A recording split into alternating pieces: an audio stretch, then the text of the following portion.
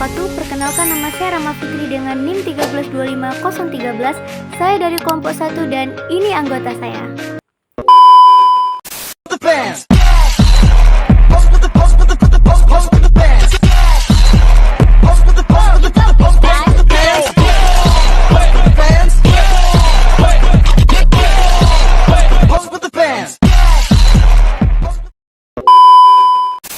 Baiklah, di sini kami akan menjelaskan asal-usul sejarah bahasa Indonesia dalam matkul Bahasa Indonesia dengan dosen pengampu Olivia Mustika, SPD, MPD, GR.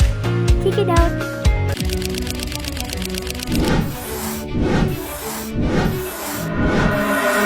Untuk pertama kalinya perwakilan Indonesia mendapat kesempatan berpidato. Bahasa Indonesia akhirnya berhasil ditetapkan menjadi bahasa resmi. Pertama kalinya bahasa Indonesia digunakan secara resmi dalam sidang konferensi umum ke-43 UNESCO. Asal-usul bahasa Indonesia.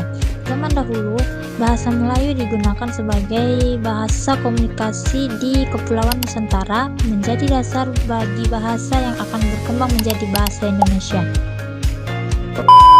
Pada abad ke-7 hingga ke-13, bahasa Melayu dipengaruhi oleh interaksi dengan perdagangan asing dan budaya asing, memperkaya kosakata dan struktur bahasa. Pada abad ke-20, bahasa Indonesia resmi ditetapkan sebagai bahasa nasional pada tahun 1928 dalam Sumpah Pemuda menentukan perannya dalam identitas nasional. Ada pengaruh bahasa daerah. Yang pertama ada kosakata baru dari daerah, yang kedua struktur bahasa yang kaya, yang ketiga variasi dialek yang unik.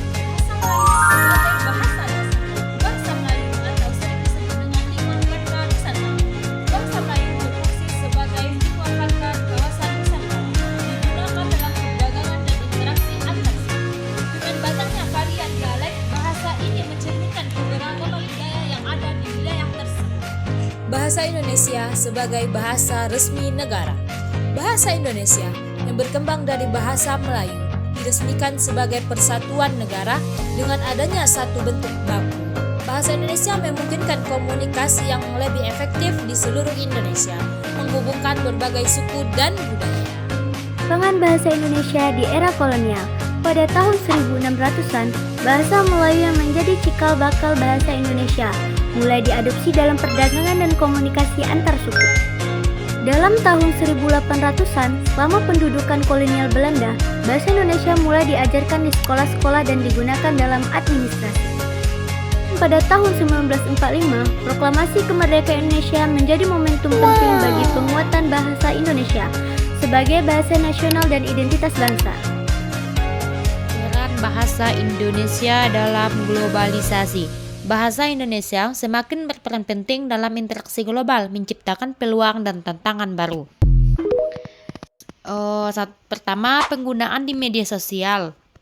Bahasa Indonesia menjadi pilihan utama dalam berbagai platform di media sosial, kemungkinan komunikasi yang lebih luas dan cepat. Yang kedua, bahasa di beberapa negara.